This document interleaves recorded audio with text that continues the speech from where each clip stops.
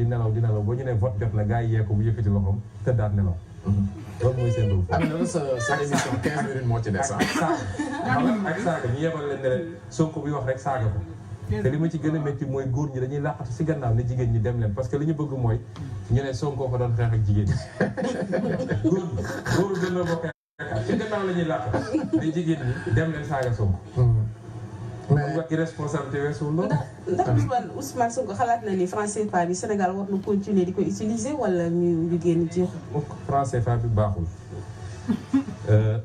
bind naa ci lu bëri ci sama téere bi parce que dama ci jël position bu claire franc CFA bi Sénégal du développé franc CFA. Macky Sall nag taxaw na fii bëccëg mbir kàmb ne franc CFA est une bonne monnaie. Macky Sall lu baax ci France rek baax na ci moom. ak wax naa ko fi ne leen taalibe France la France a ko fi teg di ko joxoñ muy wax ak di def moo tax suñu bloc bi gën a baax ci suñu bloc yi ci pétrole mu xëy daggal ko Total te boobu jamono BP ak Cosmos ñoo gënoon a baax offre mu jël suñu affaire tay la ko jox ko Total kon franc CFA bi baaxul parce que franc CFA bi dafa di koppar boo xam ne méngoowul ak suñu économie dafa di koppar boo xam ne tubaab bi dañ ñu ko daggal bi ñuy jox indépendance pour ñu nekk une économie dépendante ñu dépendre si ñoom franc CFA c'est une monnaie boo xam ne pour réew buy importer kese la du pour réew buy fabriquer di exporter on est compétitif à l'import parce que monnaie bu ñu calqué la ci une économie bu ëpp doole suñu économie mais duñu mus a compétitif ci exportation. or réew mu demul ba investir. mais est-ce que c'est réaliste tey di wax ci franc CFA de la sorte parce que yàgg na fi et puis am monnaie yomb na Congo am na fi monnaie dëkk bu nekk am na fi monnaie mais am monnaie bu fiable loolu leneen la de. Pape Cheikh.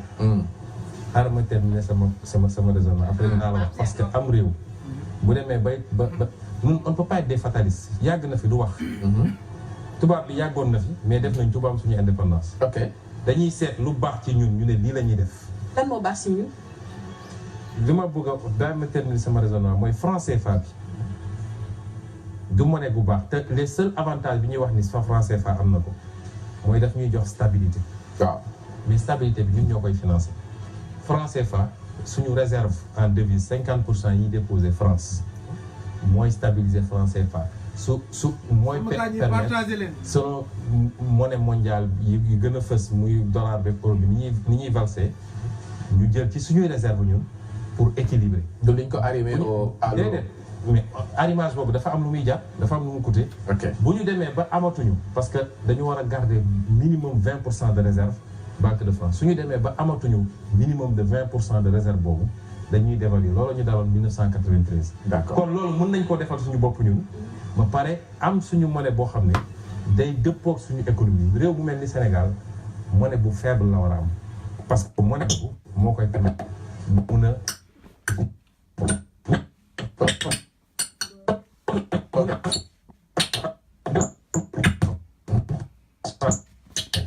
gaa yaa ngi saboté de gaa yaa ngi saboté waaye dara Sonko de dinañ ko partager fépp. franc CFA bi la ñuy bloqué bëgguñu mu wax ci xaalis bi moo tax ñuy bloqué réseau bi waaye dara Sénégal moom dinañ jóg de Afrique yëpp dañ changé monnaie bi sama gars ñoo ngi jéggalu de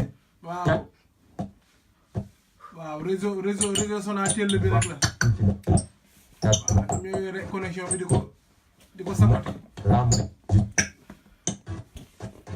bëgguñu ko wax xaalis bi la ñu ba nit ñi tudd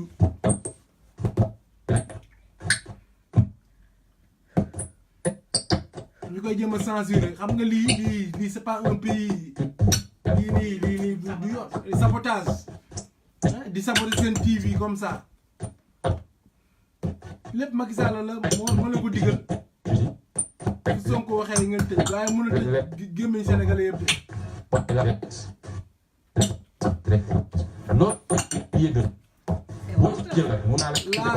ça c'est honteux cuune ci Sénégal ak ñàkk mën gi nekk ci Sénégal moo tax ñu sànq lii suñu ressources souveraines yëpp ba pare Macky Sall jël avion fu ne mu wër fa di dem lebi ba tey nous sommes à plus de 60% de taux d'endettement. Il a fallu que Amadou Ba dem manipuler ñu andi yeneen base de calcul pour ñu ne léegi ñoom ñu ngi 45%. justement rapidement rek foofu Voilà, le défi de l'emballement de la dette pour le Sénégal. ah moom laa la CFA bi lañ ci wax. bu dee réew amoo fulla bu doy ba. fi nga waroon amee 800 milliards ci sa pétrole 80 milliards nga ciy am. fi nga waroon mun a am 3000 milliards de recettes fiscales. d'accord responsabilité député bi nga xamante ni mooy valider dette boobu noonu suggestion parlementaire yooyu. yow yéen a ñu gën a xam ni. assemblée nationale wax naa la li fa xew ba noppi. d'accord bu boobaa ko député. mais PSE projet PSE bi ban impact la am ci population bi. et daf koy laaj les populations. xam nga man mais xam nga yow da nga ñun yàgg wax ni kii projet PSE bi amul benn njëriñ. dinaa la wax benn affaire gis nga tout projet de développement du Sénégal ku la ne dinaa am projet de développement Sénégal te yi may wax tudd ko xamal ni da lay nax parce que loolay problème mu Sénégal premier bi mooy ban modèle économique la ñu bëgg a tabax Sénégal Sénégal fi mu ne nii amuñu modèle économique mooy yow nooy def ba sa économie réew soo amee économie boo xam ne 80% yi waa bitim réew ñoo ko téye lu fi yendoo fanaani bitim réew ci ci koppar soo amee économie boo xam ne dafa inversé parce que un pays sous-développé dafa war a fexe ba liggéey ba secteur industriel am doole secteur primaire am doole mais Sénégal secteur tertiaire bi moo nekk 64% de notre économie te lan moo ko tiré ay téléphonie société téléphonie Sonatel Tigo Expresso ak les banques loolu lu modèle économique mënoo développé réew ci wàllu woowu tey lan la ñu am comme agriculture c'est la catastrophe l'agriculture te ce sera pire encore ren parce que ñëpp xam nañ ni ren nawet bi gën a bon depuis 20 ans ba moytu ren lay doon. ñu jàpp ni dañuy atteindre autosuffisance en riz. dem ne la joxe 2017 lañ la waxoon léegi ñoom ñu egg nañ 2017 atteindre wuñu ko jegewuñ ko sax xam nga wax dafa yomb bi may ñëw dama tiré par hasard rek dama tiré Macky Sall dige yi mu dige woon fii yi mu waxoon ni. conseil des ministres décentralisé yi dama tiré dige yi Saint-Louis daf leen ne woon li ma la wax nii période 2012 2013 2014 la woon li ma la wax nii Saint-Louis daf leen ne woon naa leen def 306,7 milliards mi ngi nii conseil des ministres décentralisé. Ziguinchor mu ne naa leen jox 367 milliards concernant 53 projets nga dellu si mu ñëw ne Louga dinaa leen jox 100 milliards ñoom ñoo ci gënoon tuuti la sax delluwaat Matam ne dinaa leen jox 126 milliards. léegi fu mu si mu ñëwaat. évalué nga fu mu si toll. ñëw ne Kolda naa leen jox 204 milliards. daal di dem Tamba. mais ay réalisation quand même ay réalisation Macky Sall mu ngi fépp ci Sénégal tey moom. loolu mooy réalisation yi. arena bi baax na tamit. attends il faut qu'on soit sérieux.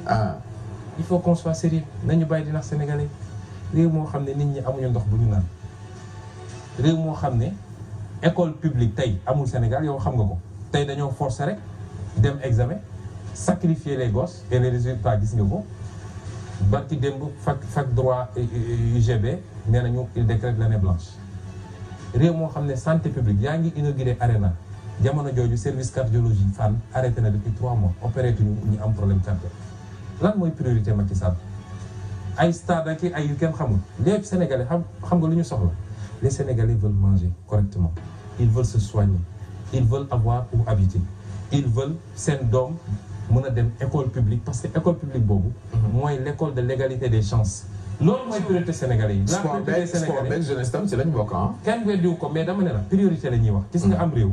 il faut mu am point de départ. ne fii laa toll fii laa bëgg a jëm. priorité yi soo ko bàyyee. doo ko peut-être da nga d'accord ci transport bi TER beeg yu ni mel. am nga TER bi wax naa ko fi waxaat ko fi. mais bi ma leen nee TER bi 1200 milliards lay jar. coow li ne gañ seen ministre bi yor TER bi dugg fii wax a wax ma ne leen je maintiens. TER bi 1200 milliards la ma jël sama bic bind question écrite envoyé ko le gouvernement génne sama tableau parce que j'ai tous les contrats gis nga cuune nañu cuune boo xam ne mais man musuma gis nii cuune nañ cuune boo xam ne ba ñuy calculer ñoom TER bi dañoo fàtte intégré yenn affaire yi dañoo lebi intérêt dette bi fàtte nañ ko cee dugal impôt gi ñu war a fay fàtte nañ ko cee dugal yooyu yëpp boo ko dajalee moo andi loolu li ma wax Macky Sall moom ci boppam xam na ko parce que bi ñu demee ba gis ni juum nañu waa APIX ñoo def contrat bi écarté ministère des finances bi mu eggee ministère des finances technicien xool ba gis erreur bi ci lay doog a àgg ci Macky mu téye gémmiñam terre bi tubaab bi dañ leen nax donc terre 53 kilomètres 53 kilomètres nga dem ñu nax la surfacturé la ko jaay la loo xam ne tey entre defar terre bi ak fexe woon ba Dakar Bamako dundaat te Dakar Bamako xam nga ñaata lañ leen doon laaj 3 milliards pour mu doxaat nga ne ko fi ñukk dem defi terre loolu mooy ñàkk vision Macky Sall amul vision présence Auchan au Sénégal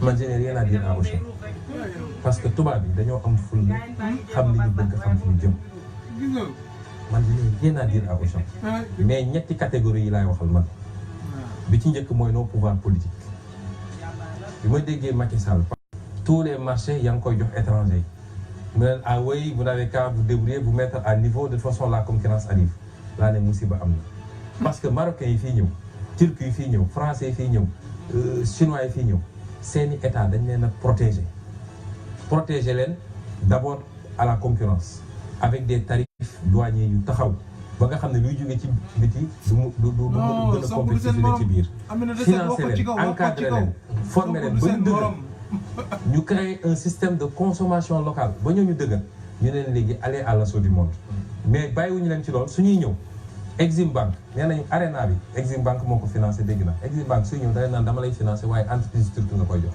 moo koy defar kon amul benn état boo xam ne day livrer son secteur privé ba pare naan ko débrouillez-vous ñàkk xam-xam weesuwul loolu ñaareel bi ma jëmale ko ci suñu mbokk homme d'affaires suñu mbokk secteur privé bi parce que lii Auchan def ñoom ñoo ko waroon def bu yàgg ñu ngi ci commerce bi ñu ngi tukki ñu ngi gis li xew ci àdduna bi les Sénégalais ont besoin de qualité ñoom it. dañoo war a am mais continuer nii commerce ni ñu ko doon defee il y a 50 ans il y a 30 ans ni bu ko continuer noonu du sotti. ñetteelu groupe bi. te loolu ci état bi dañ leen ci waroon jàpp pousser leen ñetteelu groupe bi nag c'est le citoyen sénégalais parce que bi ma njëkkee taxaw assemblée nationale ne leen du ma jël carburant total jox leen ma carburant Elton wala Touba Oil wala Aydon parce que dama bëgg sama dërëm ma enrichir une entreprise sénégalaise dégg naa ay sénégalais yu fi wax lu ne.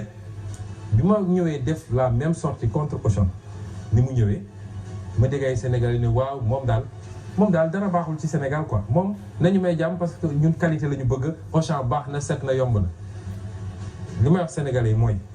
Auchan dumping lay mandarga bi may jox mooy. ku dem chasse yónni say xaj ñu dàq rëbb ba jàpp ab biche andil la. nga jël sa bus dugal sa frigo. may leen benn morceau daa ci jël benn yax sànneen pas morceau ab yax ñu see ñu naan merci. gis nga c'est africain loolooy problème d'accord il faut qu'on voit plus loin que ça. Auchan li muy def dërëm bu Sénégalais dépensé Auchan xamal ni tu enrichis l'économie française. patriotisme économique et tu affaiblis l'économie sénégalaise. te Auchan li muy def bu sottee. dina def ay prix yu oyof pour le moment. ne maa ngi jënd ci producteur locaux yi. mais bu demee ba résultat ba rey marché yi. rey boutique yi prix bu ko neex lay def te li français yi jëlee ci. donc li ñu bëgg mooy sénégalais yi yeewu am na benn proverbe français bu ne je préfère marcher 3 kilomètres pour acheter un produit français que d'acheter le produit chinois en bas de mon immeuble. ok Turquie itam wane nañ si seen bopp patriotisme économique non am na solo kon xëy na lii moo tax mu bokk ci chouchou journaliste yi mel ne Aminata Dramé mais bon temps bi jeex na Aminata rapidement peut-être titre sa livre bi lu muy doon non may ma ko rek ba mais wax mais pare nga ci livre bi waaw pare nañu ci kàttanu yàlla pare nañu te ci fan. dina génn balaa présidentielle bi balaa. dina génn ci fan yu néew bu soobee yàlla. kon xam nga titre bi. waaw 2 mots rek nga wax ñu dara rek. ci mën naa wax ci livre bi. mais pas ci titre bi parce que lu ñuy discuter la encore xam nga titre ba bu ñuy génnee bu ñu koy éditer. mun nañ tri ku nekk am na ci xalaatam. mooy sa vision. suñu vision la waaw. ok donc am na internautes yuy bind ay laaj am na ku si laaj moom dafa bëgg xam sa obédience daal sa ban doctrine nga yore. socialiste politique socialiste ou parce que ñun Sénégal lañ tàmm nga am doctrine moom loolu la bëgg a xam. fan la lay positionné. waaw Sénégal dañuy laaj loo xam ne léeg-léeg sax man gëwuma doctrine yooyu ñun gëmuñu doctrine yooyu pour plusieurs raisons d'abord ñun dañ ñoo andil ay affaires rek nga ñu lii mooy doctrine yi mais ñun lan mooy suñu doctrine bu ñu fenkal suñu bopp dañ ñoo andi rek ne ñun libéralisme moo fi nekk socialisme et cetera lu dul loolu amul doctrine mais doctrine yooyu c'est des vues de l'esprit tey amul benn idéologie buy gouverner un pays du monde amul demal Chine ñëpp xam nañu c'était le plus grand pays communiste mais ñoom seen bopp ñoo naan un pays deux systèmes le cœur à droite l'esprit à gauche maintenant noonu lañ koy waxee léegi soo demee tey Russie même chose boo demee États-Unis Barack Obama dem nañ ba taxé ko fi de communiste parce que il a général xam nga lan moo am solo le pragmatisme ñun patriotisme la ñu woote lépp loo xam ne baax na pour le peuple sénégalais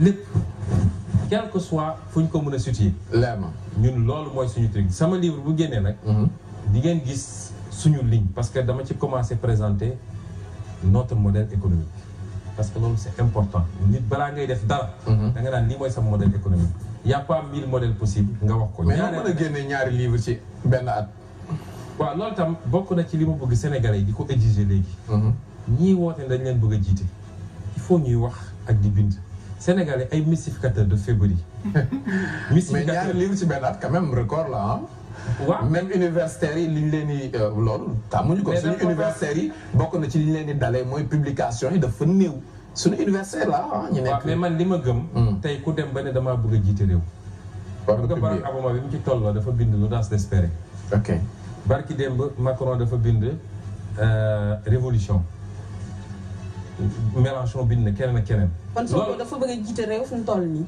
non loolu wax na ko yàlla loolu wax na ko leer mais dama gëm les hommes politiques xam nga toog ba élection jot nga dajale quelques personnes ne leen defal leen ma programme wala nga dem fay benn cabinet yoonu yokkute nga xam ne dem fay cabinet mu bindal la loolu dafa war a jeex un homme politique Macky Sall moo xam naa doomu bàjjenam la quoi Amina may ma rek un homme politique da nga war a bind ne lii mooy sama gis-gis Sénégal boo pare na nga am courage yu dajale presse bi yëpp woo ay universitaires woo des indépendants ne leen sama livre ngi lire leen après ngeen ñëw pour des critiques objectives ñu def débat ngeen poser question yu ngeen bëgg noonu la Sénégalais yi di xam mais Macky Sall dem na ba nekk président kenn mosu koo dégg mu débat kenn musu koo gis mu bind temps yi nag dégg naa ñu ne benn minute moo la dese dégg naa ñu ne temps yi génn na benn livre dem jël ay compilation discours yi ko bindal benn Sénégalais jënd ko ndax waxu fa xalaat lu ni mën léegi exploitation zircon bi en Casamance waaw exploitation zircon en Casamance bi mu profité ci interpellé waat encore le régime de Macky Sall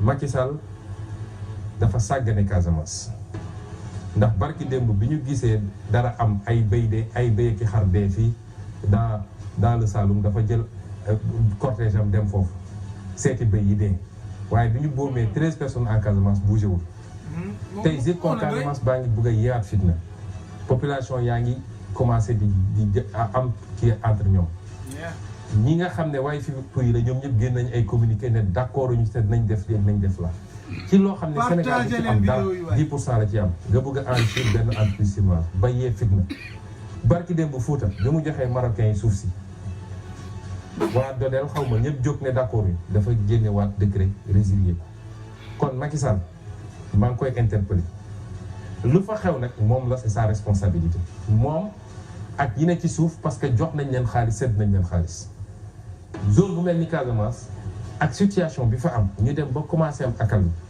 defe naa pour exploiter un peu de zircon warul tax ñu ne tey ñu forcer coûte que coûte ci anam man bind naa question écrite au ministre ne ko décret bi ak les actes yi ngeen posé yëpp voilà les irrégularités yi ma ci relevé. ok zircon bi d'accord mais est-ce que c'est pas trop sensible les problèmes sont partout Ndar Saloum Ndakaaru Casamance mais boo waxee Casamance ci biir anam ak chef de l'État est-ce que c'est pas trop. non j'insiste Pape Cheikh j'insiste. xam nga fi nga toog. yow xamoo li xew Casamance. dundoo. li nit ñi dund Casamance déedéet dundoo li nit ñi dund Casamance dama ne. la paix jar na lu ne. kenn newul kenn du mus a exploiter zircon bi. mais soo ñëwee ci bërëb. mais président dafa sàggane Casamance. dafa ko sàggane et j'insiste. wax ji diis na de. soo ñëwee ci bërëb. ne dama fay def lii. ña dëkk ci dëkk ba la ci ëpp ne ànduñu ci. ba mu nar a yee fitna. da ngay dellu de manière générale ça doit être l'attitude de l'État. ok war ku ñu toog fii ay nit toog dans des bureaux climatisés di signer lu leen neex te yow fa nga koy signé demoo fa ba xam lan moo fay réalité bi loolu mooy yee fitna li xew Casamance moo xew Kédougou waaw gis nga chaque année ay manifestation am ba mu war a doom am ba daaw la ci mujje am na ñu kii ba ñu dem naan dañuy taal gendarmerie bi loolu dafa war a jeex Sénégal et c'est pourquoi j'interpelle encore le régime de Macky Sall nañu bàyyi di sàggane ak di neenal loo xam du lu neen ci nit ñi parce que fitna su jógee xam nga déforestation bi am Casamance mënoon nañu éviter ay nit dee fa parce que population yi dañu yàgg arrêté mais ñu ngi jox ay nit autorisation ñu ñëw di dagg àll bi yépp ñun ñi yaroo à Casamance xam nañu Casamance bi ñu xamoon ak bi tey bokkatul coupe sauvage ñu alerté ba mu gi ñoom ñu def seen i comité ba ñoom benn instant ñu def seen comité de défense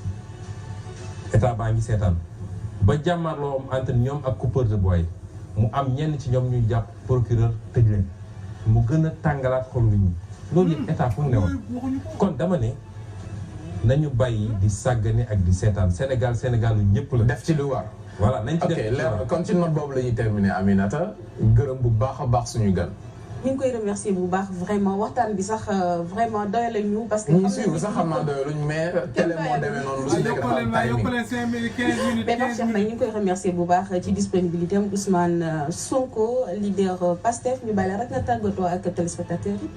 waaw di leen gërëm ci invitation bi di am mbégte toujours mën a wax ak sénégalais yi parce que loolu ngeen ñuy jëriñ c'est yéenay suñu vitrine di permettre ñu wax ak sénégalais yi. émission nag yombul mën naa am léeg-léeg moom ay rëcc mais passion pour le Sénégal moo koy waral ñun dañoo bëgg Sénégal. xëy na vrai sénégalais juddoo Thiès màggee fan. man Sénégal fépp laa. sa waajuru góor mooy waa Casamance. sa waajuru jigéen waa Bawol. waa Xombol Bawol la bokk. sama maam di waa Fouta. sa maam di waa Fouta. xam nga sa base politique kon. Casamance yëpp mooy sama base politique. dëgg yàlla Sénégal yëpp mooy sama base politique. mais man Casamance saay voté Casamance saa yoroo Casamance saa gën a miin mais li ma bëgg a wax foofu rek mooy. léeg-léeg ma dégg ñoom même assemblée ay ñoom. avec l'intrusion de Pastef dans le champ politique ñëpp a ngi revendiquer patriotisme. mais patriotisme ay actes yooyu posé la du wax rek. ñoom li ñuy def toujours ñu poser des actes yoo xam ne c'est pas patriotique. ñun Sénégal ñun Sénégal rek la ñu am. ñun amuñu beneen nationalité te bëgguñu ko. man Sénégal laa jàngee primaire ba ni ma duggee ENAM Sénégal rek laa xam sama bakkan gi mën naa ko joxe ngir Sénégal loolooy andi yenn saay ci wax passion feeñ ci. mais du lu soxal. du ñàkk teggi nit ñu ngi jéggalu su dee am na ay rëcc-rëcc mais Sénégal rek moo ñu ñor te bëgg nañu Sénégal soppi ko. Pape Cheikh dina ñëw toute la vérité comme ça ngeen gën a yaatal waxtaan bi. non moom ñu foog sawar dalal ko xam naa comme danaan Pape Cheikh dafa gàtt xel mais dinaa insister tamit pour mu ñëw. mais yow tamit rek laataan bi tëj rek sa bande-annonce bi lu bëri laaj nañ ma am. wax yi ma yow ma ànd ak Gonda man ci tellement. sama gars yi kontaan ci yéen kontaan ci sama président. waaw président Pastef président Ousmane Sonko di leen jox dig daje rek ci yeneeni waxtaan yu am solo ak président Ousmane Sonko waaw BMW moom kontaan ci yéen ñëpp waaw Badji Modou Warrior Pastef followers jërëjëf am na mën nga tàggatoo di dem. mbokk téléspectateur Sen TV ñu ngi leen di remercier bu baax di leen jaajëfal ci seetaan bi ngeen di seetaan tey nag dañoo amoon invité de marque waxtaan bi wane na ko ñu ngi leen di jox di daje mois prochain incha allah rabi ñu ngi leen di jaajëfal.